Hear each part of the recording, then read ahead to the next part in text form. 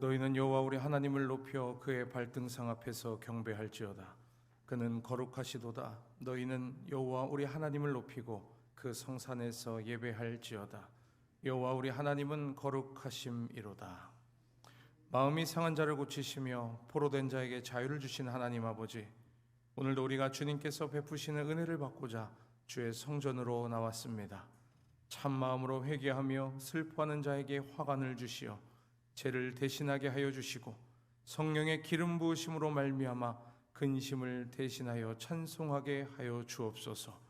오만한 자들은 주님의 목전에 서지 못한다고 하셨으니 저희로 더욱 겸손한 마음으로 예배하게 하여 주시옵소서.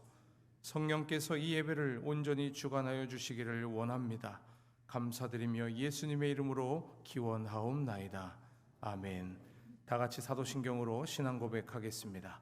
나는 전능하신 아버지 하나님 천지의 창조주를 믿습니다. 나는 그의 유일하신 아들 우리 주 예수 그리스도를 믿습니다. 그는 성령으로 잉태되어 동정녀 마리아에게서 나시고 본디오 빌라도에게 고난을 받아 십자가에 못 박혀 죽으시고 장사된 지 사흘 만에 죽은 자 가운데서 다시 살아나셨으며 하늘에 오르시어 전능하신 아버지 하나님 우편에 앉아 계시다가 거기로부터 살아있는 자와 죽은 자를 심판하러 오십니다. 나는 성령을 믿으며 거룩한 공교회와 성도의 교제와 죄를 용서받는 것과 몸의 부활과 영생을 믿습니다. 아멘. 시간 다 함께 찬송가 29장 함께 찬양합니다.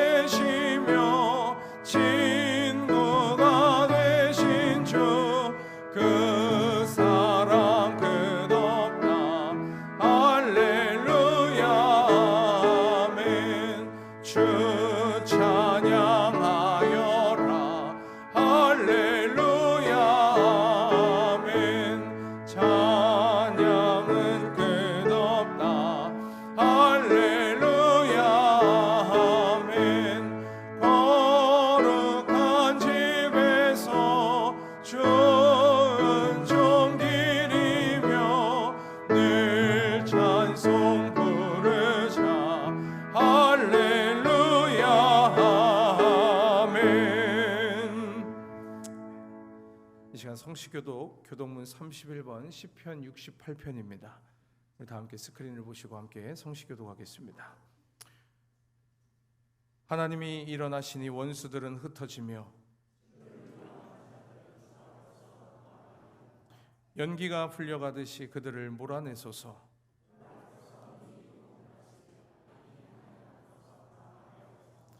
의인은 기뻐하여 하나님 앞에서 뛰놀며 기뻐하고 즐거워할지어다. 하늘을 타고 광야에 행하시던 이를 위하여 대로를 수축하라. 그의 거룩한 처소에 계신 하나님은 고아의 아버지시며 과부의 재판장이시라. 갇힌 자들은 이끌어내사 형통하게 하시느니라. 하나님이여, 주께서 가난한 자를 위하여 주의 은택을 준비하셨나이다. 아멘. 이 시간 우리를 대표하여 유석형 장로님께서 기도해 주시겠습니다.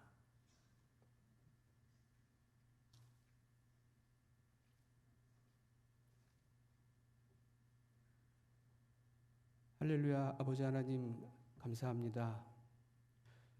천지 만물을 창조하시고 주관하시는 하나님을 찬양합니다. 인간을 사랑하셔서 당신의 형상대로 사람을 지으시고 독생자 예수 그리스도의 보혈로 우리를 죄에서 구원하신 하나님 은혜에 감사드립니다. 우리의 마음은 갈대와 같아서 작은 유혹에도 쉽게 넘어집니다.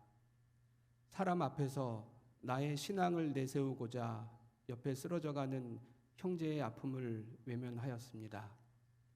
영적으로 나태한 생활로 이제는 하나님의 음성이 잘 들리지 않게 되었습니다. 주님, 우리의 연약함을 긍휼히 여겨주시고 교만함과 나태함을 용서하여 주옵소서. 큰 시련이 와도 흔들리지 않고 십자가의 길에 담대히 서길 원합니다. 그 길 가운데서 하루하루 나를 내려놓고 낮아지길 원합니다. 세상을 이길 수 있는 힘과 능력은 오직 위대하신 하나님의 사랑뿐임을 고백합니다. 태초부터 계획하신 하나님의 사랑을 체험하며 그 은혜 안에 머물게 하옵소서. 교회학교 여름 절기 교육을 무사히 마칠 수 있도록 인도하여 주심을 감사드립니다. 이를 위하여 헌신한 교사들과 봉사자들의 수고를 주님 받아주시옵고 다음 세대의 삶 가운데 신앙의 풍성한 열매 맺게 인도하여 주옵소서. 거룩한 주일 예배를 위하여 섬기는 모든 손길들의 수고를 주님 기억하여 주시옵고 사랑으로 하나 되어 이 시대에 교회에 주어진 사명 온전히 감당하는 믿음의 공동체 되게 하옵소서. 해외에 있는 선교사님들과 협력하는 교회들에도 동일한 은혜와 은총을 허락하여 주옵소서. 이 시간 드리는 저희들의 예배를 주님 기뻐 받아 주시옵고 위임 목사님 말씀 전하여 주실 때 주의 권능으로 함께하여 주시고 말씀을 듣는 저희들 모두에게 하나님의 음성을 듣는 귀한 은혜를 내려 주옵소서. 예수님 이름으로 기도드립니다.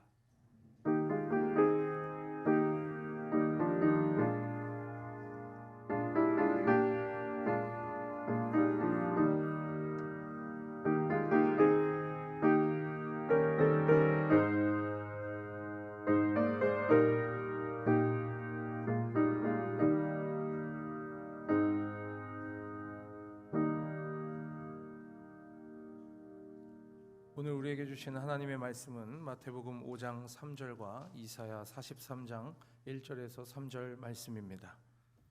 마태복음 5장 3절과 이사야 43장 1절에서 3절 말씀 우리 다 함께 스크린을 보시고 합독하도록 하겠습니다. 심령이 가난한 자는 복이 있나니 천국이 그들의 것이미요 야곱아 너를 창조하신 여호와께서 지금 말씀하시느니라. 이스라엘아 너를 지으신 이가 말씀하시느니라.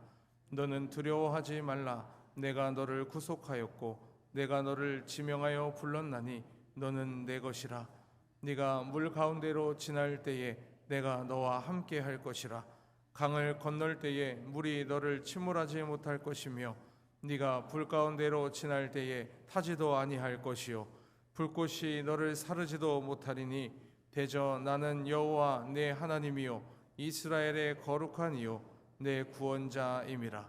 내가 애굽을 너의 속량물로 구스와 스바를 너를 대신하여 주었노라. 아멘. 이 시간 봉헌 찬송 320장 함께 찬양하며 예물 올려드리겠습니다.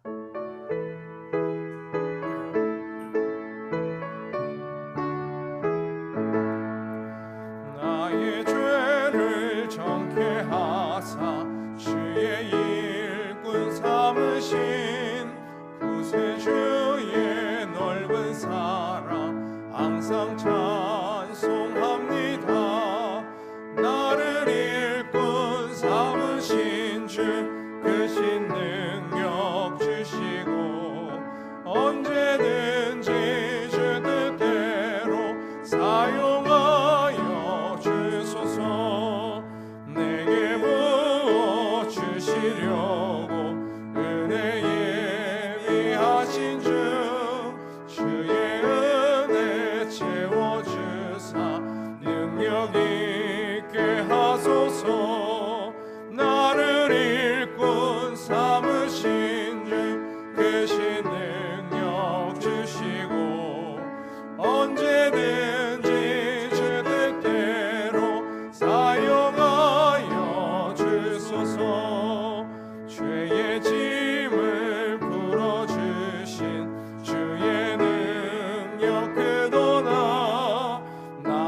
피로 사신 예수 내 맘속에 오소서. 나를 일꾼 삼으신 주 그 신 능력 주시고 언제든지 주 뜻대로 사용하여 주소서. 주여 내게 성령으로 충만하게 채우사 생명수가 강물처럼 흐르게 하옵소서. 나를 일꾼 삼으신 주 그 신 능력 주시고 언제든지 주 뜻대로 사용하여 주소서. 아멘. 교회 소식을 전해드립니다. 오늘은 전통 예배로 드리고 다음 주 주일은 온 세대 연합 예배로 드리겠습니다. 오늘 저녁 예배는 말씀을 김진산 목사님이 전해 주십니다.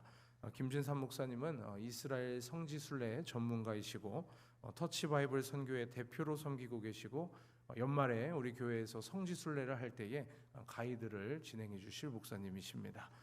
그리고 저녁 예배 후에는 우리 이스라엘 성지순례에 관련된 설명회가 있습니다. 카페 라파에서 진행하려고 하는데요. 혹시 신청하지 않으신 분들 중에서도 혹시 성지순례에 관심 있으신 분들은 참석해도 좋습니다. 청소년 교회는 내일 김해 워터파크로 여름 소풍을 다녀옵니다. 위에서 기도해 주시면 고맙겠습니다. 9월 겟세마네 밤 기도회 안내입니다. 거룩한 삶의 여정이라는 주제로 8월 31일 월요일부터 9월 4일 금요일까지 매일 저녁 8시에 이 자리에서 기도회가 있으니 우리 성도님들 미리 일정을 조율하셔서 함께 말씀의 은혜 받고 기도하는 귀한 시간 되시면 좋겠습니다.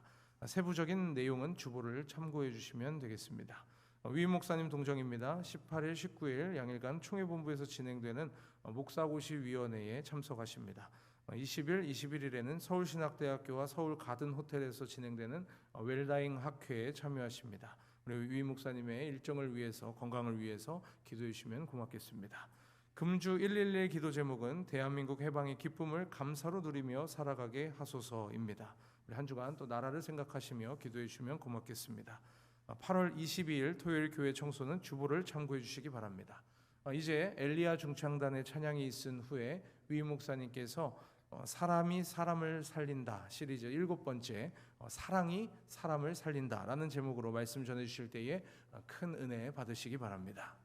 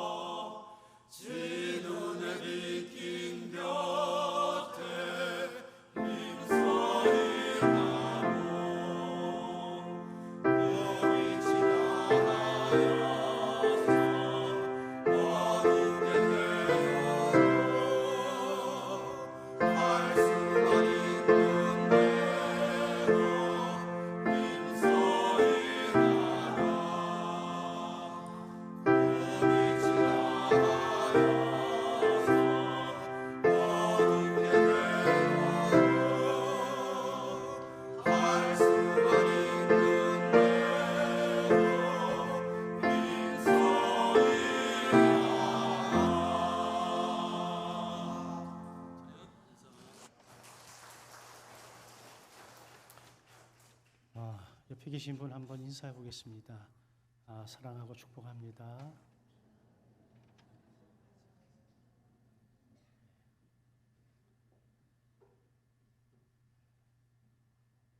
제가 지금 시리즈 설교를 하고 있는데 오늘은 사랑이 사람을 살린다.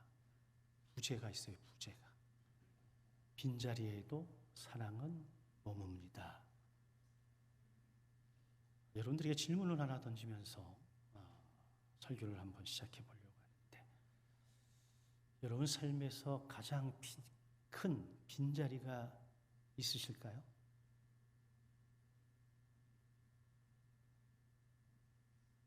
생각을 해보신 적이 별로 없나요? 부모님을 먼저 여인 자녀들은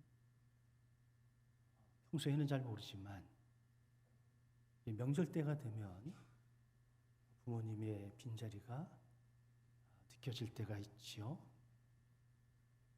아내나 남편을 먼저 하나님의 나라로 보내신 분들은 홀로 남아있다 여겨질 그때에 그 빈자리의 허전함이 아마 굉장히 크게 느껴질 수도 있을 겁니다. 어떤 사람에게는 자녀가 떠난 그 빈방을 쳐다볼 때에 무너지는 가슴 부여잡고 아마도 깊이 흐느끼지 않을까요? 누군가는 건강을 잃어서, 누군가는 꿈을 잃어서, 누군가는 사랑을 잃어서. 근데 저도 경험을 해봤지만 시간이 지나면 빈자리가 메워질 줄 알았는데 진짜 빈자리는 시간이 지나도 메워지거나 채워지지 않더라고요. 오히려 더 깊은 아쉬움과 허전함 그리고 애잔함이 마음에 깊이 남는 것 같습니다. 어떤 이에게는 흐릿하던 옛 추억이 너무나도 선명하게 다가올 수도 있겠지요. 그래서 어떤 시인이 빈자리라고 하는 제목의 시에서 누군가 아름답게 비워둔 자리, 누군가가 깨끗하게 남겨둔 자리, 그 자리에 앉을 때 나도 향기가 되고 고운 새소리 되고 꽃이 됩니다 라고 하더라고요. 처음에는 스쳐 지나갔는데 다시 책장을 뒤로 돌려서 많은 생각을 하게 했습니다. 결국은 사랑이 빈자리에 머문다라고 하는 그렇게 말하는 것 같았습니다. 누군가 아름답고 깨끗하게 비워두고 남겨둔 자리에 비록 그는 없지만 사랑이 꽃 피운다는 그 의미가 성경적으로 바라볼 때에는 하나님께서 그 빈자리에 우리와 함께 머물고 계시다 라는 해석을 가능케 하는 것 같습니다. 그런데 하나님은 우리의 빈자리를 먼저 가득 채워주시는 분이 아니라 그 빈자리에 먼저 그분이 찾아오신다라고 하는 겁니다. 하나님께서 우리가 아직 죄인 되었을 때에 우리의 구원을 위해서 당신의 아들 예수 그리스도를 이 땅에 보내주셨지요. 그리고 그분이 이 땅에 오셔서 우리의 빈자리에 함께 해주시고 궁극적으로는 십자가의 죽음을 통해 우리를 구원에 이르게 해주셨는데 우리는 이걸 복음이라 이렇게 이야기를 하는 거지요. 어느 날 너무 외롭고 쓸쓸해서 너무 마음이 힘들어할 때에 호련히 하나님이 우리에게 찾아와 말씀하실 수 있지요. 그래서 빈 마음은 실패나 절망은 아니더라는 겁니다. 예수님께서 공생애를 시작하시면서 산상수훈에 이런 말씀을 하셨잖아요. 심령이 가난한 자는 복이 있나니 천국이 저희 것이며. 세상은 많이 가진 것, 가득 찬 것, 가장 높은 자리에 이르는 것, 뭔가 충만한 것, 이것을 성공이요 행복이라고 이야기를 합니다. 돈도 많아야 되고, 건강도 해야 되고, 성공도 해야 하고, 주변의 사람들에게 인정도 받아야 참 저 사람 복 받았다, 이렇게 이야기를 하겠지요. 틀린 말은 아니지만 주님은 조금은 다른 시선에서 복을 말씀하셨습니다. 오히려 가득 찬 사람보다 비어있는 사람이 복이 있다는 겁니다. 심령이 가난한 자라고 하는 표현은 헬라어에서 프토코스라고 하는 단어를 사용을 하는데, 단순히 물질적으로 어려운 사람을 가리키는 것은 아닙니다. 손을 내밀지 않으면 살아갈 수 없는 참 어려운 사람, 하나님 앞에서 자신의 영적 빈곤함을 인정하고 겸손히 그분에게 다가가고 손을 내밀 수 있는 사람, 그게 실제 행동이든 정서적이든 무엇이 되었든 가난한 마음으로 주님을 찾는 사람을 이야기합니다.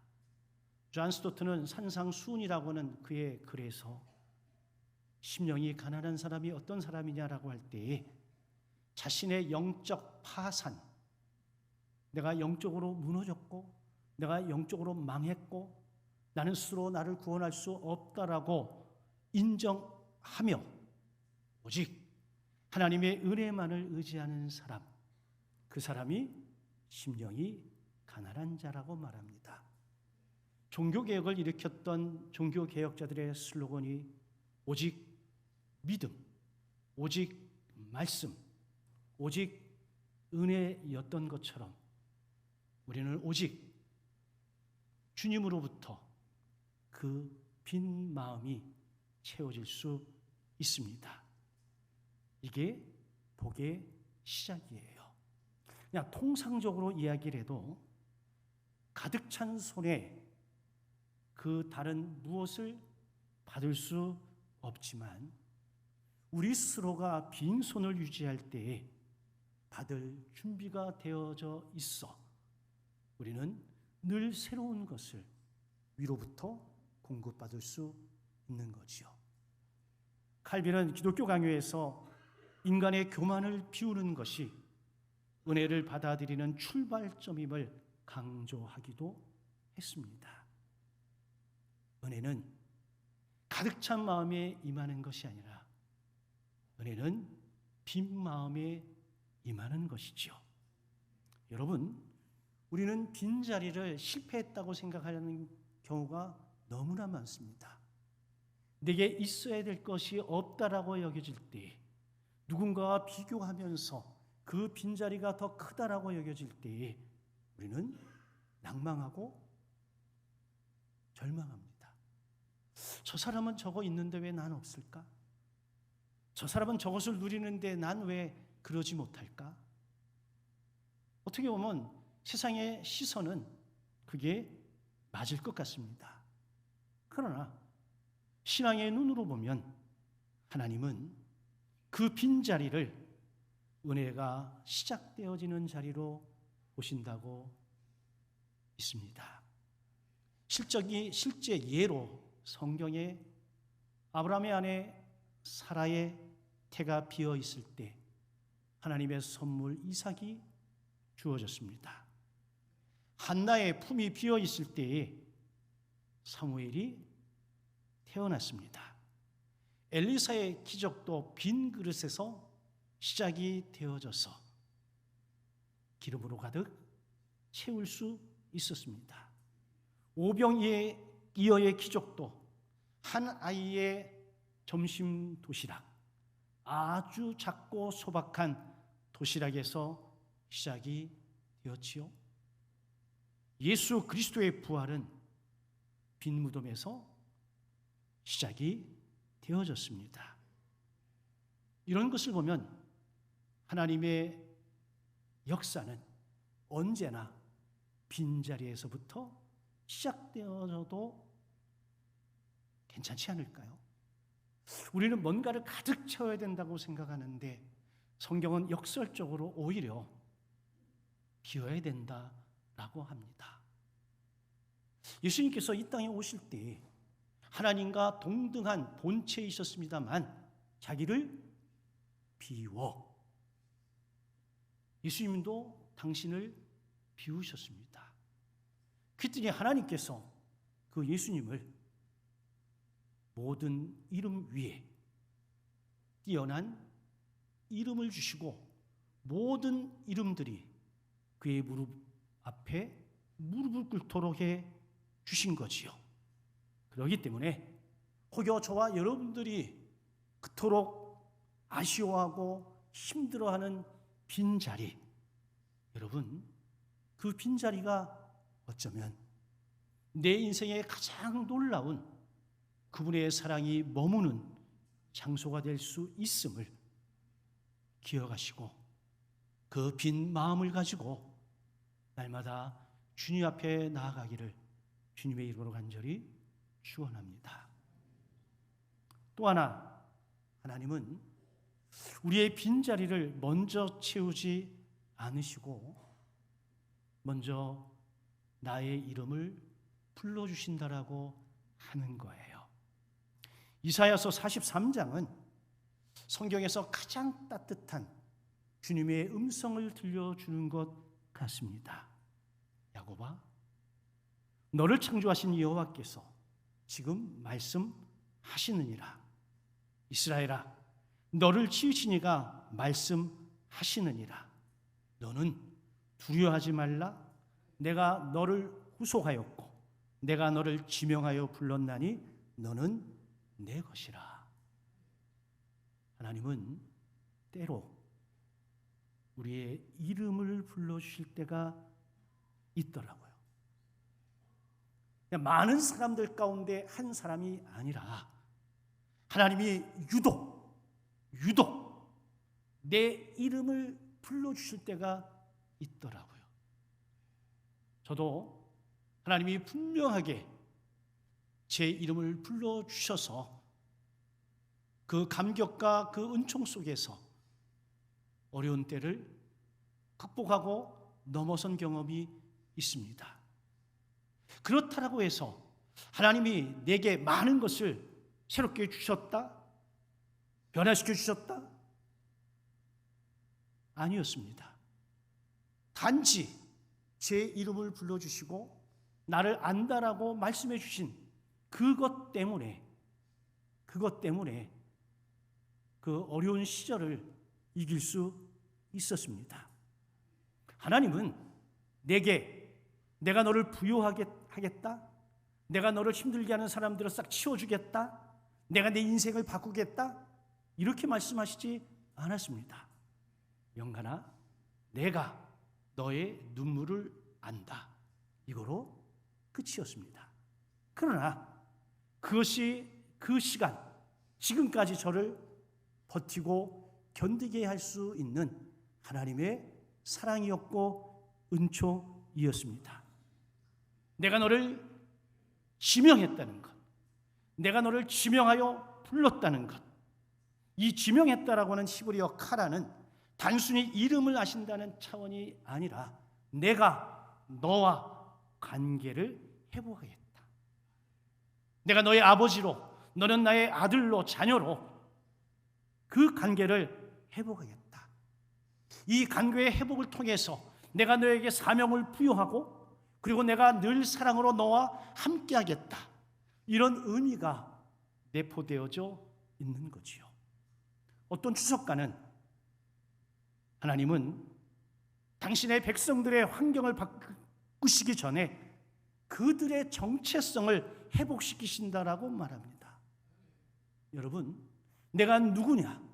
하나님과의 관계 속에서 어떤 관계냐?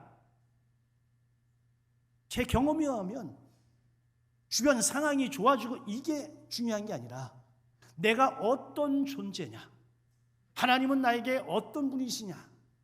이 정체성이 분명해지면 사실상 환경, 조건, 여건 그렇게 크게 문제가 되지 않습니다.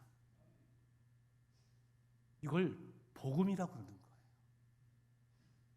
우리는 입으로 잘 하죠. 예수님 한 분이면 충분합니다.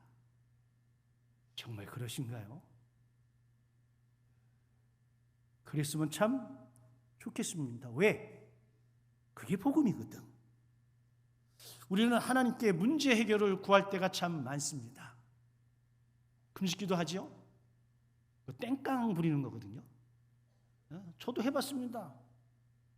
40일 금식은 하지만 40일간 목이 터지도록 목에서 피가 나도록 기도도 해봤습니다. 근데 하나님이 그때 응답해 주시지 않았습니다. 하나님은 먼저 나와의 관계를 회복하시는 게 우선이셨던 것 같아요. 40일 기도 마지막 날 깨달아 알았습니다. 여러분, 우리가 어린 자녀를 부를 때 생각해 보세요. 어린아이가 힘들고 어린아이가 넘어져 울고 있을 때 부모가 먼저 상처를 치료하지 않지요? 누구야? 부르고 다가가 그 아이를 부둥켜 안고 위로하고 격려하고 공감해 주지 않나요? 많이 아프지? 많이 아프겠다. 아빠가 엄마가 약 발라줄게. 근데 요즘 부모도 그렇게 안 하죠. 괜찮아. 사내 녀석이 말이야. 아니 아빠 죽겠는데. 그러면 아이도 빈정이 상해. 아파서 아프다고 말해야 됐는데 엄마 아빠가 안 아파 괜찮아 그러니까 화가 난다 안 난다? 화가 나죠. 근데 제가 만난 하나님은 지금까지 저한테 그렇게 말씀하신 적이 없더라고. 아프지. 힘들지. 이게 공감인데. 그래서 히브리서 기자는 예수님을 우리의 영원한 대제사장이라고 이야기하면서 그분은 우리가 경험할 수 있는 모든 것들을 이미 다 체휼, 몸으로 경험하신 분이기 때문에 우리의 영원한 대제사장이 될 수 있다. 그분이 우리의 믿는 도리가 되시니 우리가 그분을 굳게 잡아야 된다라고 말하잖아요. 하나님의 사랑은 우리의 문제를 해결하기 이전에 우리의 존재 자체를 인정하고 안심시키시는 분이에요. 너는 내 것이다. 저는 경험이 있기 때문에 이 언어의 힘, 이 하나님의 음성의 능력을 저는 알고 있어요. 나태주 씨의 시 가운데 내가 너를이라고 하는 시가 있습니다. 설교문을 작성하면서 이 시를 읽게 됐는데 이 시를 잘 들여다봤더니 왜라고 하는 말이 없더라고요. 아니 내가 너를 사랑하는데 우리를 뭐 또 사랑하는데 이유가 있다 없다? 이유가 있잖아. 무엇 때문에? 왜? 근데 이 시는 이유가 없어. 내가 너를 얼마나 좋아하는지 너는 몰라도 된다. 너를 좋아하는 마음은 오로지 나의 것이요. 나의 그리움은 나 혼자만의 것으로 차고 넘치니까 나는 이제 너 없이도 너를 좋아할 수 있다. 그냥 스쳐 지나가면 아무 의미가 없는데 한 소절 한 소절 곱씹어 보니까 참 많은 생각을 하게 하더라고요. 우리 가운데도 이 빈자리가 있어서 힘들어하는 분들 있지요. 누군가를 생각할 때마다 사무치는 사랑과 정 때문에 고통당하는 애들 제가 있는 줄 압니다. 그런데 이 시인은 조건을 이야기하지 않아요. 우리를 향한 하나님의 사랑도 그러셨을 겁니다. 우리가 의로워서, 우리가 예뻐서, 우리가 잘나서, 우리가 열심히 있어서 아니잖아요.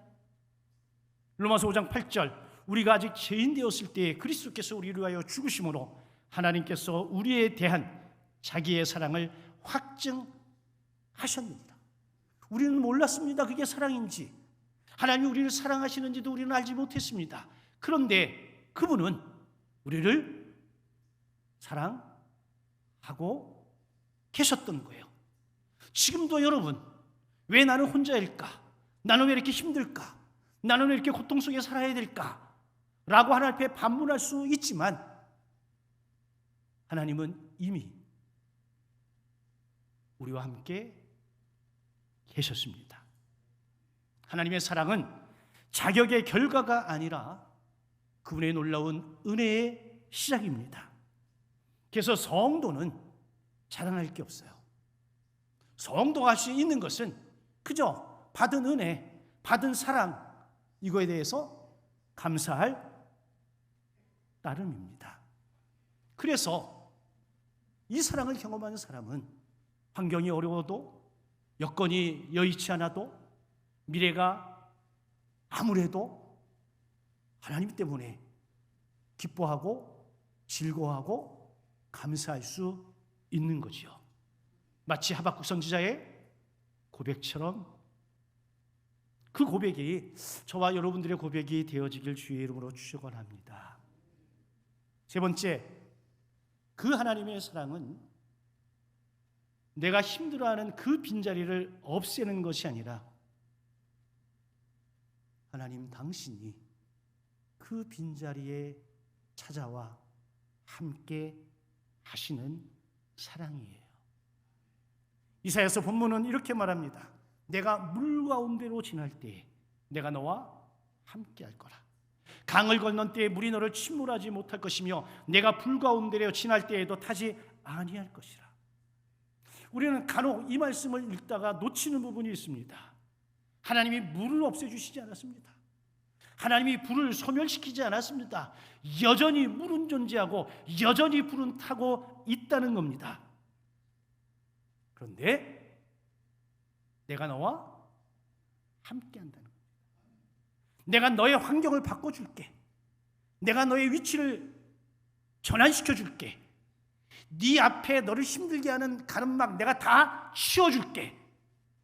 이렇게 말씀하시면 참 속 시원하고 너무너무 좋을 텐데 그게 아니라 그건 그대로 있고 내가 너와 함께 하겠다라고 하시는 거예요. 여러분, 그냥 표면적으로 보면 없애주는 게 훨씬 나을 것 같죠. 근데 물은 또 있고 불은 또 있습니다. 근데 그게 물이든 불이든 그게 뭐든 간에 하나님이 함께 하시면 불이 온들 물이 온들 사람이 온들 얼마든지 이겨내고 극복할 수 있었습니다. 성경이 말하는 사랑은 바로 이거지요. 사랑은 고난을 설명하는 것이 아니라 그 고난 속에 함께 들어가는 거 아닐까요? 어떤 주석가는 하나님의 임재에 대한 설명을 하면서 하나님은 자기 백성을 고난에서 항상 면제하시겠다고 약속하신 것이 아니라 고난 속에서도 언약적 임재를 거두지 않으신다는 것을 강조하고 있다고 이야기합니다. 너무 마음에 와닿는 해석이었습니다. 왜? 제가 평생을 믿음으로 살아오고 사역을 하면서 내가 경험했던 하나님, 이런 분이셨거든요. 예수님도 그러셨습니다. 요한복음 11장, 나사로가 죽었습니다. 가장 절친한 친구가 죽었습니다. 마리아 마르다가 너무 슬픈 나머지 울고 또 울고 있었어요. 예수님이 느지막하게 찾아왔습니다.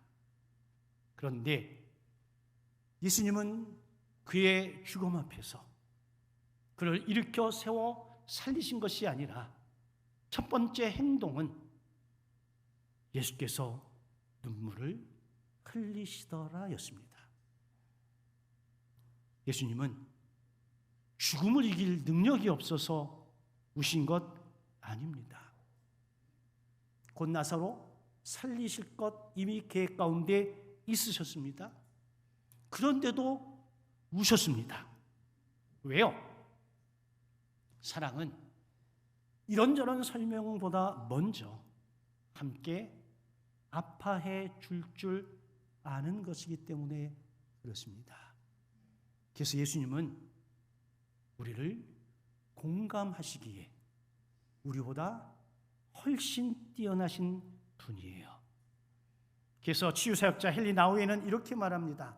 사람을 변화시키는 힘은 완벽한 답이 아니라 함께 있어주는 존재 자체만으로도 충분하다는 겁니다.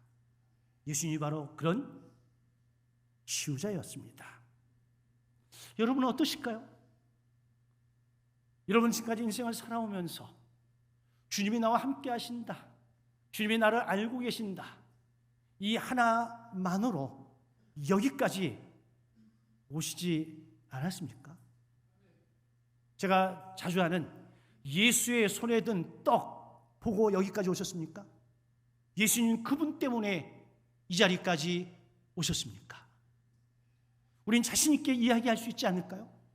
예수님의 손에 들려진 떡이 아니라 나는 예수님 그분 때문에 내가 여기에 있다라고. 오늘 설교를 마무리하면서 처음 드렸던 질문으로 한번 다시 돌아가 볼까요?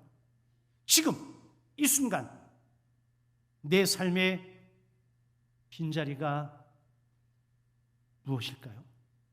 아직도 누구에게도 보여주지 못한 빈자리가 있을까요? 있고 싶지만 꿈에도 생각하고 싶지 않는 상처 가지고 있지 않습니까? 실패의 기억, 상실의 아픔, 후회의 자리 있을 수 있습니다. 그런데 하나님 그거 한 방에 싹 해결해 주겠다 이렇게 말씀하지 않습니다. 먼저 우리에게 다가와 내 이름을 부르시면서 내가 너를 지명하여 불렀다. 너는 내 거야. 내가 너와 함께해. 그리고 여전히 기다리십니다. 일부 때는 얘기 안 했는데 지금 문득 스쳐 지나는 생각이, 제가 처음 서울에서 내려와서 청주에서 부교육자 생활을 할 때에 참 힘들었어요. 그래서 날마다 새벽마다 울면서 기도를 했습니다. 관계 때문에. 어느 날 성령이 임하셔서 1시간, 2시간 홀로 마룻바닥에서 기도하고 눈을 떴더니 아무도 없어. 제 앞에는 콧물 눈물만 그득해서 다 치우고 교회 문을 열고 탁 나오는데 그날의 공기, 호흡은 제가 세상에 처음 경험했던 신선함이었습니다. 그리고 몸을 비껴서 돌아서서 하늘을 쳐다봤는데 하늘에 플랜카드가 걸렸어요. 영간아, 너는 내 거야. 이렇게. 다른 사람 눈엔 절대 안 보여. 누구 눈에만 보여요? 이명간이 눈에만 보이는 거예요. 그리고 집에까지 오는데 한 10분 정도 걸리는데 너무 감격스러워서 그 은혜를 지금도 잊을 수가 없습니다. 나를 살리는 것, 사람을 살리는 것은 예수님의 사랑입니다. 그 사랑은 멀리서 응원하지 않습니다. 나의 빈자리, 나의 상실의 자리로 친히 내려와 주셔서 함께 울고 함께 걸으며 나를 다시 일으켜 세워주십니다. 그 사랑을 우리가 경험했다면 우리도 누군가의 빈자리에 함께 머물러주는 사람이 되면 어떨까요? 때로 이름을 불러주고 때로 이야기를 끝까지 들어주고 때로 함께 있어주는 것만으로도 한 사람을 살려낼 수 있습니다. 그래서 사람은 사랑으로 살아납니다. 그리고 그 사랑의 이름, 궁극적 이름은 예수 그리스도입니다. 이게 복음이에요. 바라긴 주님께서 저와 여러분들을 사랑하신 것처럼 우리도 서로 사랑하며 살아가시길 주님의 이름으로 간절히 축원합니다. 아멘.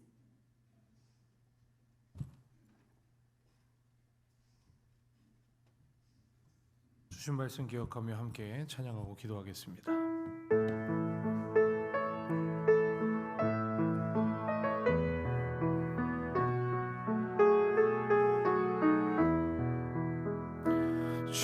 주께 두 손 모아 비나니 그 시는 종 베푸사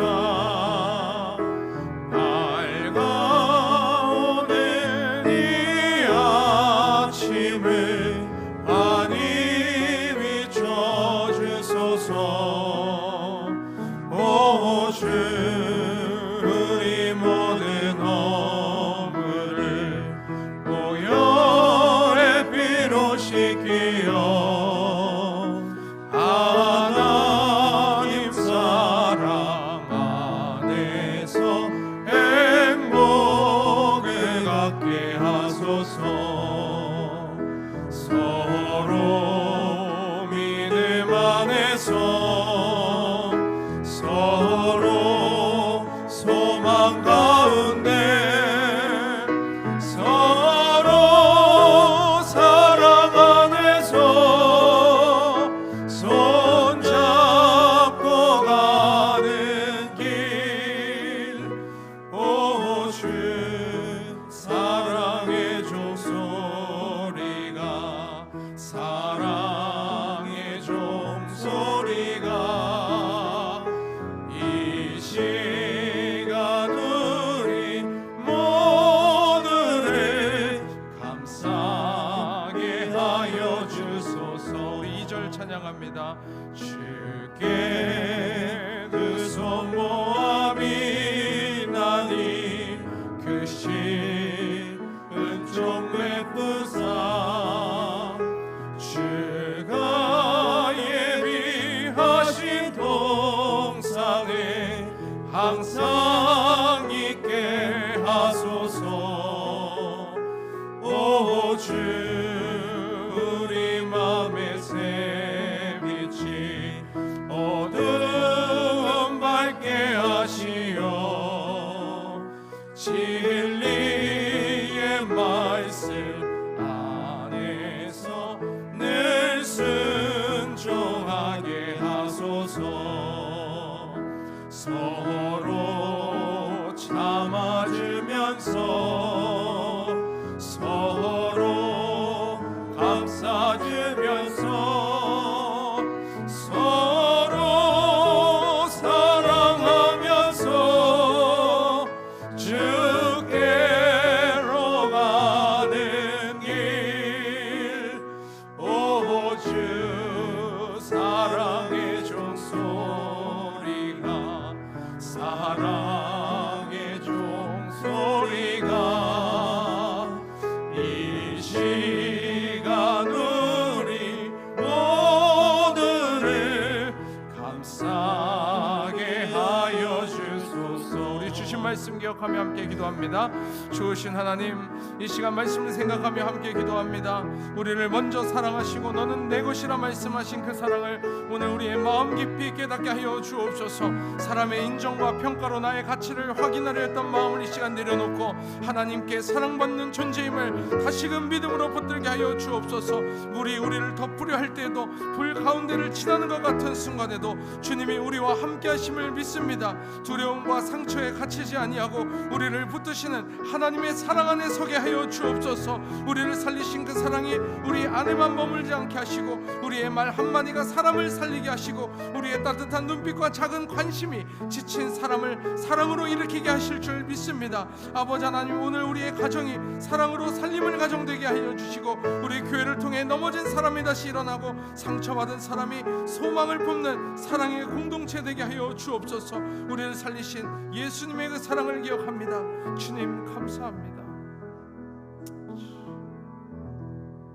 모든 말씀 예수님의 이름으로 기도드리옵나이다. 아멘. 이제 표의 찬송 1장 함께 찬양하시고 위임 목사님 축도로 주일 오전 2부 예배를 마치겠습니다.